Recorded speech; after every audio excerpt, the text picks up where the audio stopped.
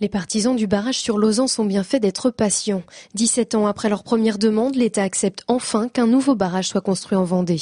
C'est une victoire, mais c'est une victoire pour une bataille. La guerre n'est pas complètement gagnée, puisque là, on a le barrage de Lausan qui va devenir possible, mais il n'est pas fait. Il y a encore une route qui peut-être se met dans le bûche, parce que la procédure est toujours très très longue. Mais pour nous, c'est la victoire sur une bataille. Enfin, l'État reconnaît l'importance du stress hydrique, c'est-à-dire de la pénurie, et c'est capital de faire un barrage, bien entendu, en Vendée.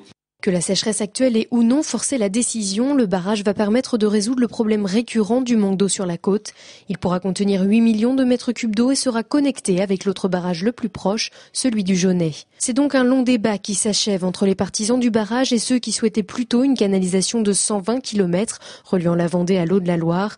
Une solution jugée trop chère par les membres du comité de bassin Loire-Bretagne, qui vont quand même étudier une troisième solution, à savoir prolonger jusqu'à la Vendée la canalisation qui dessert le Pays de Ré. Mais les spécialistes n'y croient guère, les travaux étant jugés trop importants et surtout trop compliqués. Du coup, le nouveau barrage devrait voir le jour en 2014. Il pourrait être complété ensuite par une usine de dessalement de l'eau de mer.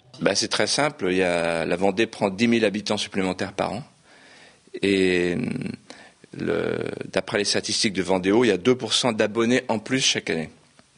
Donc en réalité, le barrage, c'est la réponse immédiate. Les forages, les carrières, l'économie d'eau, c'est la réponse intermédiaire. Et le dessalement, l'usine de dessalement, c'est la réponse d'avenir. Un avenir qu'il reste à inventer. Pour que cette usine de dessalement soit rentable, l'objectif est qu'elle produise aussi de l'énergie, par exemple en s'appuyant sur la force des courants.